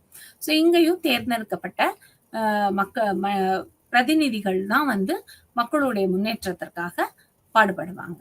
ஸோ நகர்ப்புறத்துல எவ்வாறு இந்த இடத்துல கட்டலாம்? இந்த கட்டடத்திற்கு அனுமதி குடுக்கலாமா? டவுன் பிளானிங்ன்னு சொல்லுவோம் இல்லையா? இந்த கட்டடத்திற்கு அனுமதி குடுக்கலாம். இந்த கடைகளுக்கு அனுமதி குடுக்கலாம். இதுல வந்து அவங்க வரம்புக்கு உட்பட்டு கட்டியிருக்காங்களா? இல்ல வரம்ப தாண்டி கட்டியிருக்காங்க அப்படின்னா, அத டெமாலிஷ் பண்ணணும். அப்புறம் நீர்வள ஆதாரங்கள ஆராயறது. அதுக்கப்புறம் வந்து வேஸ்ட் மேனேஜ்மென்ட். தேவையில்லாத கழிவுகள் இருக்கு இல்லையா? அந்த கழிவுகள வந்து எவ்வாறு மேம்படுத்தலாம்? சாலிட் வேஸ்ட் மேனேஜ்மென்ட்டா மாத்தலாம். குடிமக்களுடைய வந்து வசதிகள பெருக்கிக் கொள்வது எவ்வாறு? இந்த நகர்ப்புறத்துல உள்ள வசதிகள பெருக்கிக் கொள்வது எவ்வாறு? இந்த மாதிரியான விஷயங்களை எல்லாத்தையுமே மேற்பார்வையிடுவது தான் இந்த நகர்ப்புற அ ஆட்சி. அதத்தான் நம்ம 3 அடுக்குன்னு சொன்னோம். அடுத்து பார்த்தோம்னா முனிசிபல் கார்ப்பரேஷன். இந்த முனிசிபல் கார்ப்பரேஷனும் தேர்ந்தெடுக்கப்பட்ட ஒரு பிரதிநிதிகள் மூலமாக தான் செயல்படுத்தப்படுகிறது. இதனுடைய தலைவர் யாரு அப்படின்னு சொல்லி பார்த்தீங்கன்னா, மேயர் அப்படின்னு சொல்லுவோம். ஸோ இப்ப வந்து எவ்வாறு வந்து கிராம பஞ்சாயத்து வந்து 3 அடுக்குகளா கொண்டு செயல்படுகிறதோ, அத தாண்டி நகர பஞ்சாயத்தும் 3 அடுக்குகளாக இருக்கு. Town panchayat, municipality, municipal corporation அப்படின்னு. இத தாண்டி சின்ன சின்ன அமைப்புகள்லாம் இருக்கு. என்னன்னா டவுன்ஷிப், அதுக்கப்புறம் கோஸ்டல் இது அப்படின்னு சொல்லி ஒரு சின்ன சின்ன அமைப்புகள்லாம் இருக்கு. அத தான் நம்ம பொதுவாக பார்க்கக்கூடியது அப்படின்னு நெறைய கேள்விகள் நம்மளுக்குள்ள எழும். சோ உன்னுடைய அடிப்படை உரிமை என்னவோ, அத நீ இந்தியாவிற்காக நன்றாக செய்தாலும் அது உன்னுடைய பங்கேற்பு தான். அப்போ ஓட்டு போடுதல். ஒண்ணுமே இல்ல. ரோட்ல போயிட்டு இருக்கோம். நம்ம பிளாஸ்டிக் பேப்பர அவாய்ட் பண்ணோம்னாலே அது நம்ம இந்தியாவுக்கு செய்ற ஒரு நம்மளுடைய ஒரு பங்கேற்பு தான். ரோட்ல போயிட்டு இருக்கோம். ஒரு குப்பை இருக்கு. அந்த நம்ம போடக்கூடிய ஒரு குப்பையவே வந்து தரையில போடாம டஸ்ட்பின்ல போட்டோம்னா, அதுவும் நம்மளுடைய பங்கு தான். சோ, அந்த நல்லாட்சி அப்படிங்கிறது மக்கள் தங்களுடைய நான் என்ன செய்யணும்? அப்படிங்கிற தன்னுடைய நிலையை உணர்ந்து, தன்னால என்ன செய்ய முடியுமோ, அதை செய்வது தான் அவங்களோட பங்களிப்பு. இது ஒரு ஆஸ்பெக்ட்ல. இன்னொரு ஆஸ்பெக்ட்ல என்ன அப்படின்னா, இப்ப பங்களிப்புக்கு இன்னொரு ஒரு பெரிய உதாரணம் சொல்லணும்னு சொன்னா, அந்த சில கிராமங்கள் ஆஸ்பிரேஷனல் டிஸ்ட்ரிக்ட் ஆஃப் தமிழ்நாடு சொன்னேன் இல்லையா? ஆ என்னென்ன டிஸ்ட்ரிக்ட்னா ராமநாதபுரம் அண்ட் விருதுநகர் டிஸ்ட்ரிக்ட். அதுல உள்ள மக்கள் தங்களுடைய பங்கு என்ன அப்படின்னு உணர்ந்து சில விஷயங்கள செய்றாங்க. அதே மாதிரி நம்மளோட பங்க வந்து உணர்ந்து நாம் செய்ய வேண்டும். அடுத்தது பார்த்தோம்னா வெளிப்படைத்தன்மை. எந்த ஒரு விஷயமும் மிக மிக டிரான்ஸ்பரண்டா இருக்கணும். இது யாருக்கும் தெரியக்கூடாது. இது செய்ய வேண்டாம். அப்படின்னு எந்த ஒரு ஆட்சி நிர்வாகமும் இருக்க போறது கிடையாது. அதுக்கு நம்ம நல்லாட்சி முறையில ஒரு தீர்வு. அதுதான் பொது சேவை உத்தரவாத சட்டத்திலயும் இருக்கு. ஆர்டிஐ அப்படின்னு இருக்கு. தகவல் அறியும் உரிமை சட்டம்னு இருக்கு இல்லையா? அதுலயும் இருக்கு. சோ வெளிப்படைத்தன்மையை உணர்த்துவதற்கு இது ரொம்ப மிக முக்கிய காரணமாக இருக்கிறது. அடுத்து பார்த்தோம் அப்படின்னா, சட்டத்தின் ஆட்சி. எல்லாருக்கும் சமம். சட்டம் என்பது எல்லாருக்கும் சமம். உனக்கு ஒரு சட்டம், எனக்கு ஒரு சட்டம். நீ இத செய்யலாம், நான் அத செய்யக்கூடாது அப்படிங்கிறதே இல்ல. ஒரு ஒரு ஒரு சட்டம் அப்படின்னா அது அனைவருக்கும் சமம். நீ நான் இந்த நிறத்துல இருக்க, இந்த சமூகத்தை சேர்ந்தவன், அதனால உனக்கு அந்த சட்டம் கிடையாது அப்படிங்கிறது கிடையாது. சட்டத்தின் முன் அனைவரும் சமம் அப்படிங்கிறப்ப எல்லாருமே அத வந்து சட்டத்தின் ஆட்சியாக அது கருதப்படுகிறது. அடுத்து பார்த்தோம் அப்படின்னா பொறுப்புணர்வு. நம்மளோட பொறுப்ப உணர்ந்து நாம் செயல்படுத்தல். அடுத்து பார்த்தோம் அப்படின்னா ஒருமித்த கருத்து. ஒரு விஷயத்துல அதாவது சில போட்டிகள் வந்து ஆரோக்கியமான போட்டியா இருக்கணும் அப்படிம்பாங்க. இப்போ ரொம்ப சந்தோஷமான விஷயம் என்ன அப்படின்னு பார்த்தா, பெண்களுக்கான ஒரு ஒதுக்கீடு வந்து ஏற்படுத்தப்பட்டது இல்லையா? அதுல வந்து எல்லாருக்குமே ஒரு ஒருமித்த கருத்து தான். வரவேற்கப்பட்ட கருத்து தான். ஓகே 33% இடஒதுக்கீடு அப்படிங்கிறது செயல்படுத்தப்பட்டது. அப்படிங்கிற ஒரு வரவேற்கத்தக்க. கருத்து. அப்ப பெண்களுடைய முன்னேற்றத்த பொறுத்தவரை பாகுபாடு இல்லாமல் எல்லாரும் ஒருமித்த கருத்தாக இருக்கிறார்கள். சோ அந்த ஒருமித்த கருத்து வந்து ஏற்படுத்தப்பட வேண்டும். எல்லாருக்குமே இருக்கணும். அடுத்தது பார்த்தோம் அப்படின்னா சமத்துவம். இந்த சமத்துவம் அப்படிங்கிறது வந்து சொல்லப்போனா ஒரு பேரளவுல தான் நம்ம நாட்டுல இருக்கு. அந்த சமத்துவத்தை எவ்வாறு நிலைநிறுத்தலாம்? பாகுபாடு அப்படிங்கிறது ஜாதி ரீதியாகவோ, மத ரீதியாகவோ, இல்ல பொருளாதார ரீதியாகவோ, இல்ல நிறத்தின் அடிப்படையிலயோ, ஏதோ ஒரு விஷயத்துல பாகுபாடு இருந்துட்டே இருக்கு. அந்த பாகுபாடுகளை களைவதற்காகத்தான் ஒருமித்த ஒரு சட்டம் வர வேண்டும். சட்டத்தின் முன் அனைவரும் சமம் அப்படிங்கிற ஒரு எண்ணம் வர வேண்டும். அதற்காகத்தான் நம்ம என்ன பண்ணுவோம்? சமத்துவத்தை நல்லாட்சியில ஒரு முக்கிய பங்காக வைக்கிறோம். அடுத்து பார்த்தோம்னா செயல்படும் திறன். எவ்வளவு ஆட்சி முறைகள் வந்து எவ்வளவு அதாவது கெய்சன் மெத்தட்ல சின்ன சின்ன அடுக்குகளாக ஆட்சி செய்தாலும் செயல்திறன் சிறப்பாக இருக்க வேண்டும். பேரளவுல மட்டுமே முடிவுகளை எடுத்து அந்த முடிவுகளுக்கான ஒரு இதை கொடுத்துட்டே இருந்தோம் அப்படின்னு சொன்னா முன்னேற்ற பாதையில நாடு போக முடியாது. அப்ப அந்த முன்னேற்ற பாதையில போகணும் அப்படின்னா விரைவான ஒரு செயல்திறன் இருக்க வேண்டும். நான் இன்னைக்கு கிராம சபையில தீர்மானம் எடுத்துட்டேன். இல்ல அது முனிசிபாலிட்டி கவுன்சிலிங் மீட்டிங்னு ஒரு தீர்மானம் எடுத்துட்டேன். அந்த தீர்மானத்தை அடுத்த லெவலுக்கு கொண்டு போகணும். அடுத்த கிராம சபையில வந்து என்ன நடந்திருக்கு அப்படிங்கறத விவாதிக்கணும். அப்படி விவாதிச்சு முடிவெடுத்தால் மட்டுமே என்ன ஆகும் அப்படின்னா அந்த செயல்திறனுடைய வேகம் வந்து அதிகரிக்கும். இது நடக்கல அப்படின்னா ஏன் நடக்கல அப்படின்னு ஒரு டிஸ்கஸ் பண்ணுவோம் இல்லையா? அதுக்கான பிராக்டிக்கல் டிஃபிகல்டிஸ் இது. அந்த ஒரு பிராக்டிக்கல் டிஃபிகல்டிஸ நம்ம எந்த மாதிரி சரிப்படுத்தலாம், எந்த வகையில கொண்டு போகலாம் அப்படின்னு கொண்டு வரோம். அதுக்கப்புறம் பார்த்தோன்னா பொறுப்பு கூறல். இந்த பொறுப்பு கூறல் அப்படிங்கிறது வந்து ஒரு முக்கியமான ஒரு விஷயம். என்னோட ரெஸ்பான்சிபிலிட்டி. அவரவர்கள் தங்களுடைய அதிகாரத்தையும் தங்களுடைய பொறுப்புகளையும் உணர்ந்து செயல்படுதல். இதுதான் நல்லாட்சிக்கு ஒரு மிக முக்கிய காரணிகளாக இருக்கக்கூடியது. என்னென்ன பார்த்தோம்? நல்லாட்சிக்கு மிக முக்கிய காரணம் அப்படின்னா பங்கேற்பு, வெளிப்படைத்தன்மை, சட்டத்தினுடைய ஆட்சியாக இருக்க வேண்டும், பொறுப்புணர்வு இருக்க வேண்டும், ஒருமித்த கருத்து இருக்க வேண்டும், சமத்துவம் இருக்க வேண்டும், செயல்திறன் சிறப்பாக இருக்க வேண்டும், பொறுப்பு கூறல் இருக்க வேண்டும். சோ இந்த 8 விஷயங்களையும் நம்ம வந்து நல்லாட்சி முறைகளாக செயல்படுத்த வேண்டும். அப்படின்னா மட்டும்தான் அந்த நாடு ஜனநாயக நாடாக இருக்க முடியும். இல்லையா? சோ அதுக்கு அடுத்து பார்த்தோம்னா அந்த பொது சேவை உத்தரவாத சட்டம். சில சட்டங்கள்லாம் இருக்கு. இந்தியாவை பொறுத்தவரை நல்லாட்சி முறையா கொண்டு போகணும் அப்படின்னா மக்கள் சேவைக்கு முக்கியத்துவம் கொடுக்கிறோம். பொது சேவை சட்டவாத உத்தரவு அதாவது உத்தரவாத சட்டம். எப்படி பொது சேவைனா எல்லாருக்குமே அந்த பொது சேவைங்கிறது அப்ளிகபிள். இவங்களுக்கு கிடையாது, அவங்களுக்கு கிடையாது அப்படிங்கிற மாதிரியான ஒரு விஷயங்கள்லாம் அதுல இருக்கு. அடுத்து பார்த்தோம்னா குடிமக்கள் சாசனம். குடிமக்கள் சாசனம் அப்படிங்கிறது வந்து மக்களுக்காக ஏற்படுத்தப்படக்கூடிய அமைப்பு. அடுத்து வந்து ஆர்டிஐ. ஆர்டிஐங்கிறது என்னது? தகவல் அறியும் உரிமை சட்டம். இத பத்தி நம்ம வந்து முன்னாடி ஒரு கிளாஸ்லயே படிச்சோம். என்னென்ன விஷயங்கள் அப்படின்னா ஒரு ஒரு ஒரு நண்பர் வந்து காவல்துறையில இருக்க ஒரு நண்பர் சொல்ல போகும்போது இந்த பையனை பத்தி பொண்ணுக்கு வந்து மாப்பிள்ளை பாக்குறாங்க. அந்த பையனை பத்தின ஒரு விஷயங்களை அவரு ஸ்மோக் பண்ணுவாரா, இல்ல இது பண்ணுவாரா, இவரோட ஆண்டு வருமானம் என்ன அப்படிங்கறதெல்லாம் ஆர்டிஐல கேட்டு போலீஸ் டிபார்ட்மெண்ட்டுக்கு அந்த ஸ்டேஷனுக்கு அனுப்பியிருந்தாங்க அப்படின்னு சொன்னாங்க. சோ தகவல் அறியும் உரிமை சட்டம் அப்படிங்கிறது ஒரு மிகப்பெரிய அரண். அந்த தகவல் அறியும் உரிமை சட்டத்துல வந்து எவ்வாறு அதாவது ஒரு ஒரு 15 நாளைக்குள்ள அதற்கான கேள்விக்கான பதில்களை வந்து அனுப்ப வேண்டும் அப்படிங்கிறது ஒரு மிக முக்கியமான ஒரு அமைப்பாக நம்மளுடைய இந்திய அரசியலமைப்புல இருக்கும். எந்த ஒரு டிபார்ட்மெண்ட், எந்த ஒரு துறையாக இருக்கட்டும், எல்லா துறையிலையுமே இந்த ஆர்டிஐ அப்படிங்கிறதுக்கு தனி ஒரு பிரிவாக வச்சு அவங்க என்னென்னலாம் கேட்கிறாங்களோ அது எல்லாத்தையுமே எவிடன்ஸோட அதுக்கு வந்து அனுப்புற மாதிரி இருக்கும். சோ அந்த தகவல் அறியும் உரிமை சட்டம் அப்படிங்கிறது மிகப்பெரிய தூணாக, அரணாக வெளிப்படைத்தன்மையை வந்து மேம்படுத்த உதவுகிறது. அடுத்து பார்த்தோம் அப்படின்னா கூட்டாண்மை சமூக பொறுப்பு. கூட்டாண்மை சமூக பொறுப்பு அப்படிங்கிறது சிஎஸ்ஆர், கார்ப்பரேட் சோசியல் ரெஸ்பான்சிபிலிட்டி. எவ்வாறு ஒரு நிறுவனத்திற்கு ஒரு பெரிய நிதி நிறுவனம் இருக்கு, இல்ல ஒரு தனியார் அமைப்பு இருக்கு, அவங்களுக்கான ஒரு சமூக பொறுப்பை ஏற்படுத்துவதற்காக இந்த சிஎஸ்ஆர் அப்படிங்கறத கொண்டு வந்தாங்க. Corporate social responsibility.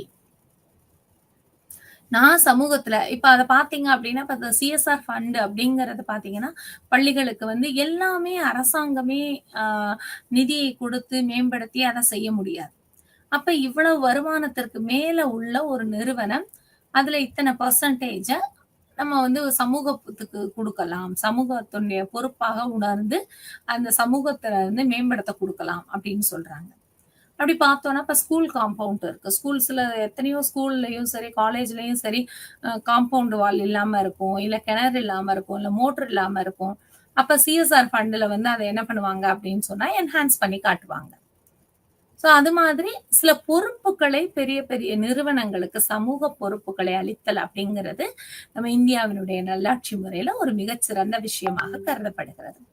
சோ இந்தியாவினுடைய நல்லாட்சி முறையில என்னென்னலாம் பார்த்திருக்கோம் அப்படின்னா, மக்கள் சேவை. மக்கள் சேவைங்கிறது தான் மிக தலையாய ஒரு விஷயம். அதுக்கு வந்து பொது சேவை உத்தரவாத சட்டம் வந்து துணை நிற்கிறது. குடிமக்களுக்காக அவர்களோட உரிமைக்காக எழுதப்பட்ட சாசனங்கள். அதுக்கப்புறம் பார்த்தோம் அப்படின்னா, வெளிப்படைத்தன்மையை மேம்படுத்துவதற்காக தகவல் அறியும் உரிமை சட்டம். அதுக்கப்புறம் பார்த்தோம் அப்படின்னா, பொது சேவை அப்படிங்கிறது மக்களுடைய சேவையை வந்து ஏன்னா மக்களுக்காக மக்களால் தான் எல்லாமே. அப்ப அவர்களுக்கான சேவையை ஊக்குவித்ததற்கு என்னென்னலாம் பண்ணலாம் அப்படின்னா, நிதி நிர்வாக பரவலாக்கம். இந்த நிர்வாக பரவலாக்கம் தான் நம்ம சொல்றோம் டீசென்ட்ரலைசேஷன். குறிப்பிட்ட சீக்கிரமாக முடிவெடுப்பதற்கும், நிர்வாகத்தை வந்து மேம்படுத்துவதற்கும், நம்ம நிர்வாகத்த என்ன பண்றோம்? பரவலாக்கி, அதாவது பிரித்து கொடுக்கிறோம். இதுதான் நான் ஒரு சின்ன ஒரு உதாரணத்தோட சொன்னேன் இல்லையா? ஒரு கம்பெனில வந்து புரொடக்ஷன் யூனிட் இருக்கு. அதுக்கப்புறம் பார்த்தீங்கன்னா, மார்க்கெட்டிங் யூனிட் இருக்கு. சேல்ஸ் யூனிட் இருக்கு. அப்படின்னா, தரம் அறியும் பிரிவு இருக்கு. இது எல்லாத்தையுமே ஒரே ஆளே பார்த்துட்டு இருக்கிறதுக்கு, ஒவ்வொரு பிரிவுக்கும் ஒரு பிரதிநிதி ஏற்படுத்தி அவங்க அத செக் பண்ணுவாங்க. அவங்க செக் பண்ணி சொன்னதுக்கு அப்புறம் அந்த நிர்வாகத்தை பிரித்து கொடுத்தல். அப்ப அந்த செயல்திறன் வந்து அதிகப்படும். முன்னேற்றம் வேகமாக அடையப்படும். சோ அந்த நிர்வாக பரவலாக்கம் அப்படிங்கிறது ஏற்படுத்தப்படுகிறது. 2வது விஷயம் பார்த்தோம்னா டெக்னாலஜி, நுட்பவியல். இப்ப டெக்னாலஜி தான் எல்லாமே நம்ம டிஜிட்டல் இனிஷியேட்டிவ் அப்படிங்கிறது வந்து நம்மளுடைய இந்திய அரசாங்கத்துல மிக முக்கியமாக ஒரு விஷயமாக கருதப்படுகிறது. எல்லாமே இப்போ முன்னாடியெல்லாம் பார்த்தோம் அப்படின்னு சொன்னா, ஒரு ஒரு 15, 20 ஆண்டுகளுக்கு முன்னாடி ஒரு பணமே இருக்கு. ஒரு அவசர தேவைக்காக அந்த பணத்த நம்ம குடுக்க வேண்டியிருக்கு அப்படின்னு சொன்னா, நம்ம என்ன பண்ணுவோம்? மணி ஆர்டர்ல அனுப்பி அது ஒரு 4 நாள் ஆகும். போஸ்டல் டிபார்ட்மெண்ட் மூலமா 4 நாள் கழிச்சு அந்த பணம் போம்போது, அந்த பணத்தினுடைய தேவையே பூர்த்தி அடைஞ்சிரும். அது அந்த அந்த நம்ம இப்ப தேவையே இல்லாத மாரி ஒரு ஒரு சூழ்நிலையில அது கிடைக்கிற மாரி இருக்கும். ஆனா இப்ப டெக்னாலஜி வந்ததுக்கு அப்புறம், நம்ம எவ்வளவோ விஷயங்கள் ஜிபே இருக்கு, online banking, net banking, PhonePe, anything, Paytm எவ்வளவோ விஷயங்கள். சொன்ன அடுத்த நிமிஷத்துல வாட்ஸ்அப் மணி கூட வந்தாச்சு. சொன்ன அடுத்த நிமிஷத்துல ஒரு இடத்திலிருந்து இன்னொரு இடத்திற்கு பணப்பரிமாற்றம் நடக்கிறது. இது பணப்பரிமாற்றம் மட்டும் கிடையாது. எவ்வளவோ டெலகிராம் அதாவது ஒரு ஃபேக்ஸ் வந்தது. இது எல்லாமே தொழில்நுட்பவியல வந்து மேம்படுத்தி இருக்குது. இல்லையா? அது ஒரு விஷயம். அடுத்து பார்த்தோம் அப்படின்னு சொன்னா, பொதுமக்களுடைய ஆர்வம். மக்களுக்கு இந்த பொது சேவையை ஊக்குவிப்பதிலும், நாட்டை முன்னேற்றப்படுத்துவதிலும் என்னென்னலாம் இருக்கு? அவங்களோட ஆர்வம் எவ்வாறு இருக்கிறது? அப்படிங்கிறதையும் நம்ம வந்து மேம்படுத்துவதாக இருக்கிறது. அதுக்கப்புறம் பார்த்தோம்னா, சமூகம் ஒரு அணியாக இருத்தல். எந்த ஒரு பிரிவும் இல்லாம, நீ, நானு பாகுபாடு இல்லாம, ஒரே பிரிவாக, ஒரு அணியாக இருந்து, நாட்டினுடைய முன்னேற்றத்திற்கு முக்கிய பங்கு வகிக்கிறது. அப்ப இந்த பொது சேவையை ஊக்குவித்தல் அப்படிங்கிற ஒரு ஆஸ்பெக்ட்ல என்னென்னலாம் இருக்குன்னு பார்த்தோம்னா, நிர்வாக பரவலாக்கம் இருக்கு. ச டெக்னாலஜிய யூஸ் பண்றோம், நுட்பவியல யூஸ் பண்றோம். பொதுமக்களோட ஆர்வம் இருக்கு. அதுக்கப்புறம் பார்த்தோம் அப்படின்னா, சமூகமாக, ஒரு சமூகமாக இருத்தல். இந்த முறையில தான் நம்மளோட இந்தியாவினுடைய நல்லாட்சி வந்து செயல்படுத்தப்பட்டு வருகிறது. நம்ம வந்து இப்போ 2 விஷயங்கள் பார்த்திருக்கோம். என்னென்ன அப்படின்னு சொன்னா, அ கிராம நிர்வாகம். அதாவது முதல்ல வந்து நிர்வாகம். இந்த நிர்வாகம் அப்படிங்கிறது 3 அடுக்காக உள்ளது அப்படின்னு சொல்லி பார்த்தோம். 3 அடுக்கு மத்திய அரசு, மாநில அரசு, உள்ளாட்சி நிர்வாகம். இந்த உள்ளாட்சி நிர்வாகத்த கொண்டு வந்தது யாரு அப்படின்னு சொல்லி பார்த்தா, ரிப்பன் பிரபு 1782ல கொண்டு வர்றாரு. அந்த உள்ளாட்சி நிர்வாகத்த எப்படி பிரிக்கிறோம்? 2 விதமா பிரிக்கிறோம். கிராம பஞ்சாயத்து, அதுக்கப்புறம் என்ன பண்றோம்னா நகர்ப்புற பஞ்சாயத்து, நகர்ப்புற உள்ளாட்சி அப்படின்னு சொல்லி பிரிக்கிறோம். இந்த கிராமப்புற நிர்வாகம் அப்படிங்கிறது எந்த விதத்துல இருக்கு? 3 விதமாக இருக்கிறது. ஒண்ணு வந்து பஞ்சாயத்து, பஞ்சாயத்து யூனியன், மாவட்ட ஆட்சி. இந்த 3 விதமா இருக்கு. இப்ப இந்த கிராம பஞ்சாயத்த வந்து இந்திய அரசியலமைப்பு சட்டம் 73வது சட்ட திருத்தத்தின்படி கொண்டு வந்த இது முதல்ல கொண்டு வந்தது யாருன்னு பார்த்தோம்னா, முன்னாள் பிரதமர் ஜவஹர்லால் நேரு கொண்டு வந்தாரு. அத வந்து காந்தியடிகள் வந்து நெறைய பங்கு வகிச்சு, அத வந்து பல திருத்தங்கள கொண்டு வந்தாங்க. இந்த நம்ம இந்தியாவ பொறுத்தவரை இந்த பஞ்சாயத்து ராஜ் அப்படிங்கிறது முதன்முதல்ல ஏற்படுத்தப்பட்ட மாநிலம் வந்து ராஜஸ்தான் தான். எப்பன்னா 1959ல ஏற்படுத்தப்பட்டது. சோ அந்த கிராம நிர்வாகத்துல ரொம்ப ரொம்ப முக்கிய பங்கு வகிக்கக்கூடியது என்ன அப்படின்னு சொல்லி பார்த்தோம்னா, கிராம சபை. அந்த கிராம சபையினுடைய முடிவு அப்படிங்கிறது வந்து எந்தவித எதிர்ப்பும் இல்லாமல் ஏற்றுக்கொள்ளக்கூடியது. உண்மையாவே பார்த்தோம்னா நம்ம என்ன நினைக்கிறோம் அப்படின்னா, கிராமத்துல இருக்கிறது அப்படிங்கிறது நமக்கு ஒரு ஒரு ஒரு விதமான ஒரு செகண்ட் ஒப்பீனியனா குடுக்குது. ஆனா, நகர்ப்புறத்துல இருக்கிறத விட கிராமப்புறத்துல இருக்கும்போது நம்மளுடைய நிர்வாக அதிகாரம் வந்து அதிகமாக இருக்கிறது. இந்த கிராம சபையில போய் ஒரு 18 வயசுக்கு மேற்பட்ட எந்த ஒரு சாதாரண மனுஷனும் அங்க பேசலாம். அதே சமயம் இங்க முனிசிபாலிட்டிலயோ, இல்ல முனிசிபல் கார்ப்பரேஷன்லயோ, இல்ல டவுன் பஞ்சாயத்து கவுன்சில்லயோ ஒரு சாதாரண மனிதர் வந்து போய் பேச முடியாது. தேர்ந்தெடுக்கப்பட்ட மனிதர்கள் தான் பேச முடியும். அதுக்காக நான் இத வந்து தவறுன்னு சொல்லல. இதுல வந்து ஒரு முன்னேற்றம் வந்து அதிகமாக ஏற்படுத்தப்பட்டுள்ளது. அடுத்து பார்த்தோம் அப்படின்னு சொன்னா நகர்ப்புற நிர்வாகம். இந்த நகர்ப்புற நிர்வாகத்த தான் நம்ம என்ன சொன்னோம் அப்படின்னா, முனிசிபல் நிர்வாகம்னு சொன்னோம். அந்த முனிசிபல் நிர்வாகத்துல வந்து நகர்ப்புறத்தோட சீர்திருத்தத்த பேசுறாங்க. அதுக்கப்புறம் வருவாய் சேகரிப்ப பத்தி பேசுறாங்க. அதுக்கப்புறம் வந்து மத்திய நிதி உதவி எவ்வாறு கிடைக்கிறது? அதை எப்படி மேம்படுத்தலாம்? அதை எப்படி சீர்பட செயல்படுத்தலாம்? அப்படிங்கிறதெல்லாம் இந்த முனிசிபல் நிர்வாகம் வந்து பார்க்குறாங்க. நகர்ப்புற நிர்வாகம் என்ன பண்றாங்க? நகர்ப்புற திட்டமிடுதல், டவுன் பிளானிங் அப்படின்னு சொல்லுவோம் இல்லையா? சோ அவங்க என்ன பண்ணாங்கன்னா, கொள்கைகள் என்னென்ன செய்யலாம்? இந்தந்த கோல்ஸ கொண்டு வர்றது. அந்த கோல்ஸ்க்கு வந்து நகர்ப்புறத்தை எவ்வாறு மேம்படுத்தலாம்? நகர்ப்புறத்தை எவ்வாறு விரிவாக்கலாம்? அப்படிங்கிற மாதிரி எல்லாம் செயல்படுத்தக்கூடியது வந்து இந்த நகர்ப்புற திட்டமிடல். சோ அந்த உள்ளூர் நிர்வாகம் அப்படிங்கிறது எந்த அளவு பொதுமக்களுடைய சேவையை வந்து அதிகப்படுத்தி காட்டுகிறது. பொதுமக்களினுடைய சேவை தான் எல்லாத்துக்குமே அடிப்படை காரணம். அந்த பொதுமக்களுடைய சேவை அடிப்படை காரணத்துக்காகத்தான் நம்ம என்ன பண்றோம்? நிர்வாகத்த வந்து பிரிக்கிறோம். டீசென்ட்ரலைஸ் பண்றோம். அந்த டீசென்ட்ரலைஸ் பண்றதோட முக்கிய நோக்கம் எல்லாமே பொதுமக்களுடைய சேவை மட்டும்தான். அப்ப அந்த பொதுமக்களினுடைய சேவைக்காக கிராம சபை, முனிசிபல் கவுன்சில், முனிசிபல் கார்ப்பரேஷன் இவங்க எல்லாமே செயல்படுறாங்க. இத தாண்டி நல்லாட்சி அப்படிங்கிறதையும் வெளிப்படைத்தன்மையையும் ஏற்படுத்தக்கூடியதுக்காக நம்ம வந்து இந்தியாவுடைய மிகச்சிறந்த சேவைகளை பார்த்தோம். பொது சேவை சட்டம் பார்த்தோம். அதுக்கப்புறம் பார்த்தோம் அப்படின்னா மக்களுடைய ஆர்டிஐ, தகவல் அறியும் உரிமை சட்டம். அதுக்கப்புறம் வந்து கார்ப்பரேட் சோசியல் ரெஸ்பான்சிபிலிட்டி, எவ்வாறு சமூக பொறுப்புகளை நிறுவனங்கள் ஏற்றுக்கொள்ள வேண்டும் அப்படிங்கிற மாதிரியான விஷயங்கள் எல்லாம் பார்த்தோம். சோ இந்த வகையில இன்னைக்கு பாடப்பிரிவுல நம்ம இந்த விஷயங்கள் எல்லாத்தையும் பார்த்திருக்கோம். நன்றி.